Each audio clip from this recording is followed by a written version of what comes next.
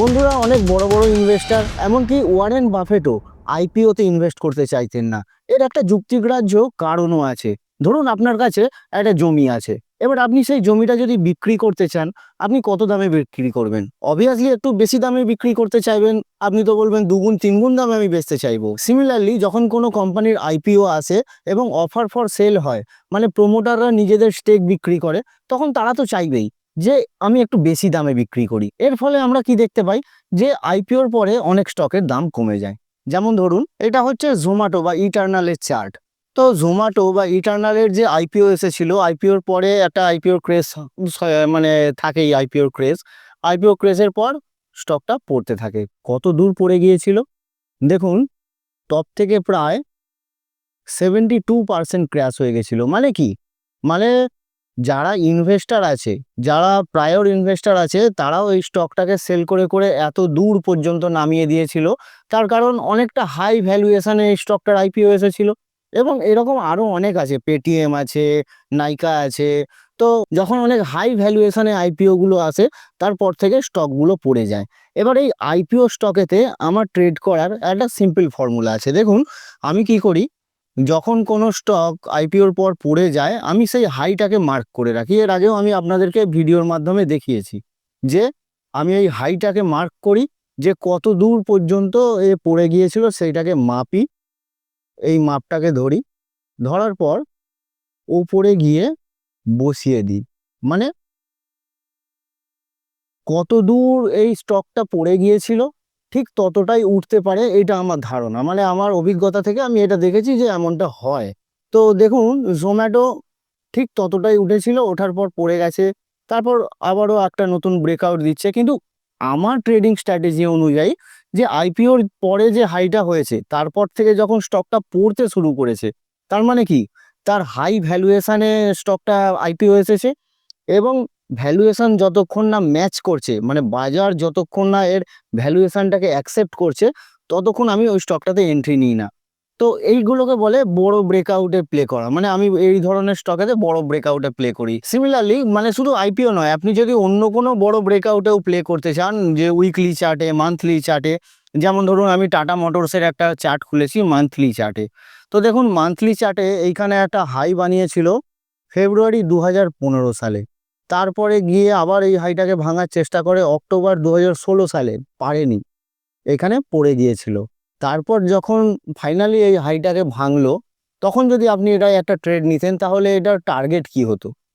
আমার simple formula এটাই, যত দূর পড়েছে তত দূর এইটাকে উপর দিকে বসিয়ে দিই আমি মেপে, যে চার্টের কতটা পড়েছে ঠিক ততটাই উপর দিকে যেতে পারে। দেখুন, টাটা মোটরস ঠিক ততটাই গিয়েছিল, গিয়ে তারপরে পড়ে গেছে। সিমিলারলি আমার পোর্টফোলিওতে এখন যেটা আছে সেটা হলো কার ট্রেড।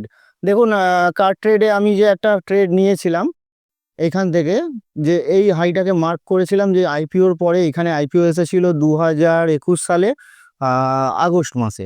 তারপর থেকে স্টকটা পড়ে যায়, পড়ার পর আবার যখন গিয়ে ওই হাইটাকে ব্রেক করছে, তারপরে আমি একটা ট্রেড নিই এবং এখনো পর্যন্ত আমি ট্রেডটায় আছি। তো এটাতে আমার টার্গেট কত আসছে? 78%-এর।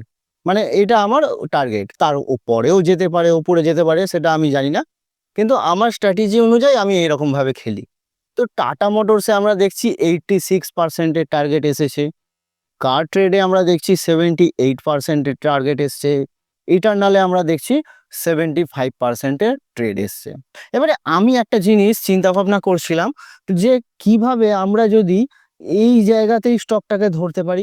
মানে যতদূর পড়েছে ওখান থেকে যখন রিবাউন্ড হওয়া শুরু হচ্ছে, তাহলে তো আমাদের টার্গেটটা আরো বড় হয়ে যায়। মানে আমি তো 75% এখানে দেখছি, কিন্তু এই টার্গেটটাকে আমি যদি নামিয়ে আনি এই পর্যন্ত, যে মোটামুটি ওঠা শুরু হচ্ছে, তারপর থেকে আমি গিয়ে ধরবো, তাহলে দেখুন টার্গেটটা হয়ে যাচ্ছে 335%। সিমিলারলি আমরা যদি কার ট্রেডেও দেখি, কার ট্রেডে আমাদের এখানে এখানে এসে 78%।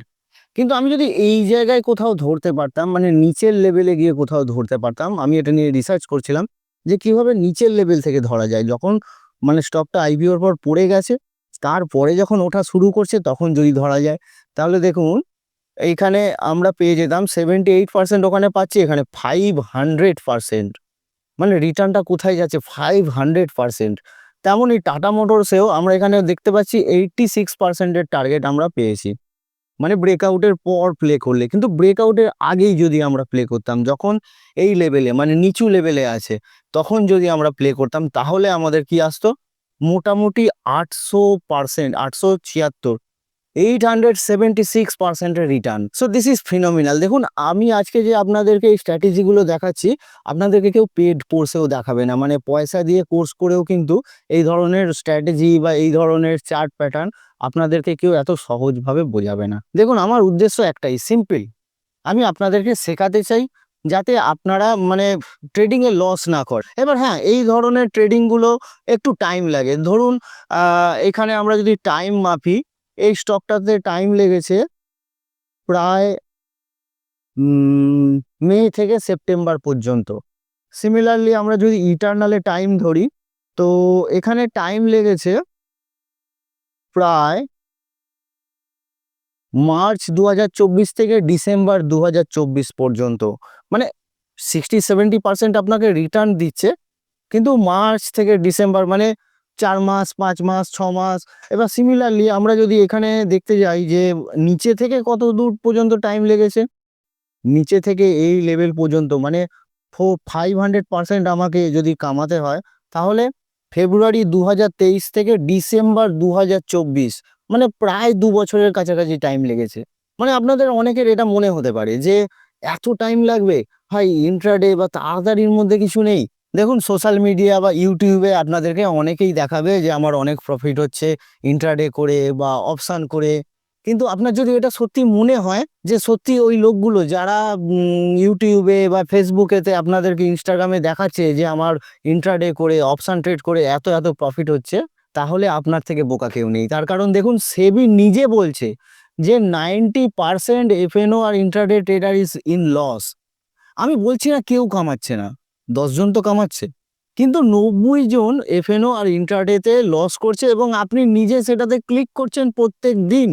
যতবার আপনি আপনার ট্রেডিং অ্যাপটা খুলবেন, ততবার আপনাকে ওই লেখাটা পড়ে ওকে করতে হবে। তাহলে কে ভুল? সেবি ভুল, নাকি যারা আপনাকে দেখাচ্ছে ইন্ট্রাডে আর অপশান করে অনেক টাকা কামানো যায়, তারা ভুল? জানি না কে ভুল, সেটা আপনি আমাকে কমেন্টে জানাতে পারেন যে সেবি ভুল, নাকি যে ইউটিউবাররা ইন্ট্রাডে আর অপশান ট্রেডিং দেখাচ্ছে অনেক অনেক প্রফিট হচ্ছে, তারা ভুল। সেটা আপনি আমায় কমেন্টে জানান।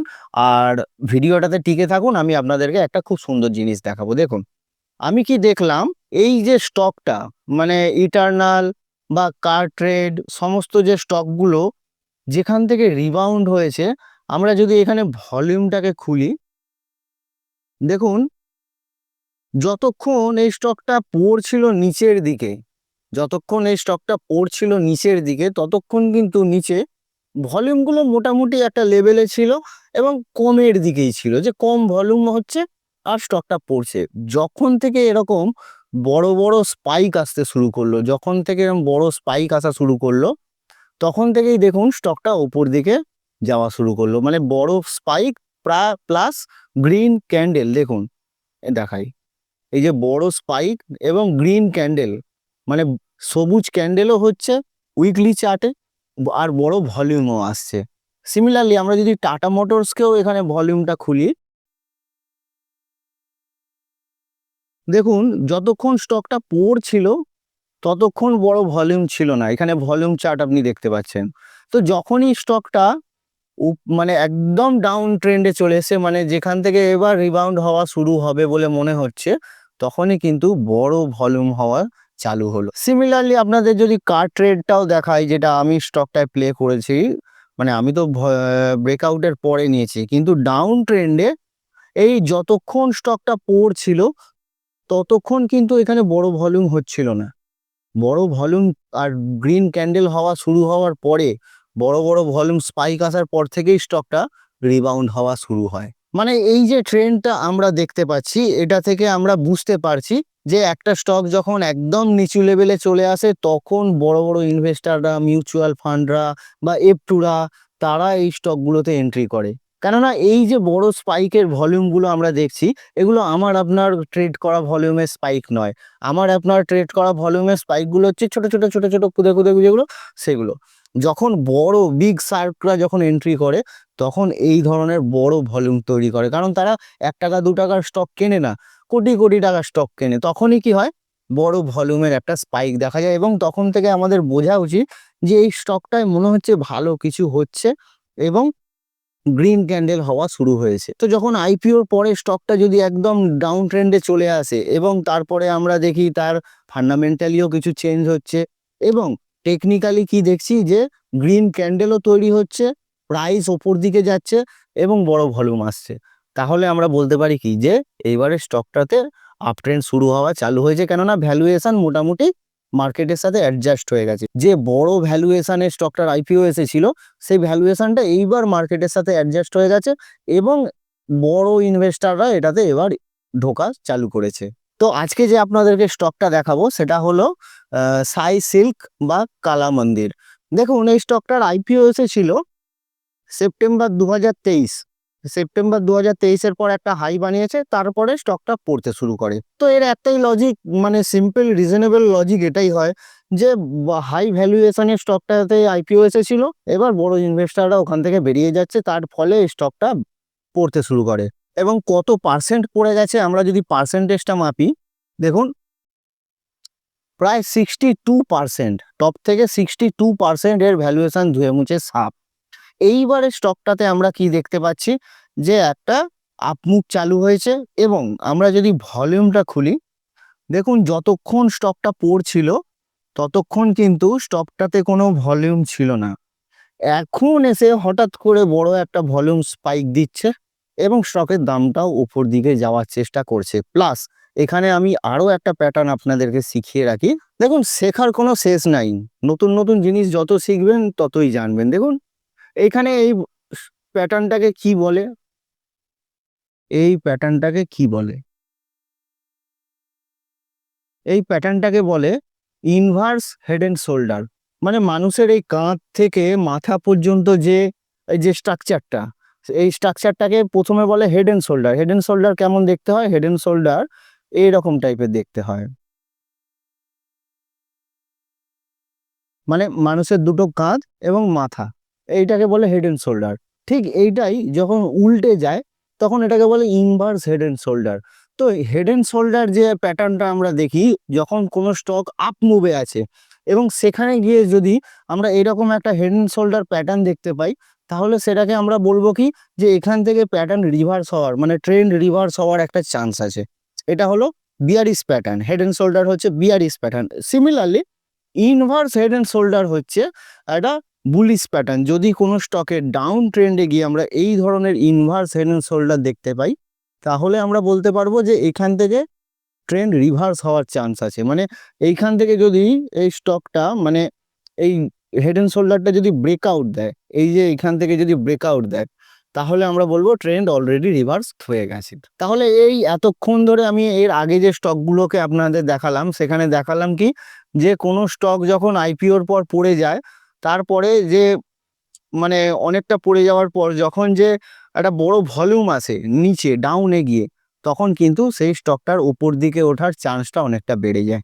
তাহলে এই স্টকটা আপনাদের কেমন লাগলো? দেখুন আমি এটা কোনো আপনাদেরকে রেকমেন্ডেশন দিচ্ছি না যে এই স্টকে আপনি একটা প্লে করুন, কিন্তু এইটুকু আপনাদেরকে বলতে পারি যে এই ধরনের স্টক যদি আপনারা খুঁজে পান বা এই স্টকটাকেও আপনারা ওয়াচ লিস্টে রাখতে পারেন, যে ওয়াচ লিস্টে রাখলাম যদি এখান থেকে একটা ব্রেকআউট হয় তাহলে কি হবে সেটা আমরা দেখতে পারি।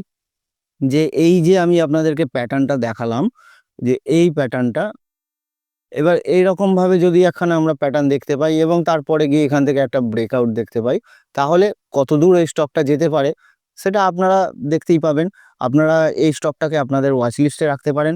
এবং দেখুন আমি কোনো সেবি রেজিস্টার্ড রিসার্চ অ্যানালিস্ট নই বা আমি কোনো ফিনান্সিয়াল অ্যাডভাইজার নই। আমি নিজের অভিজ্ঞতা দিয়ে এই ধরনের জিনিসগুলো শিখেছি, তো সেইগুলো আমি আপনাদের সাথে শেয়ার করি।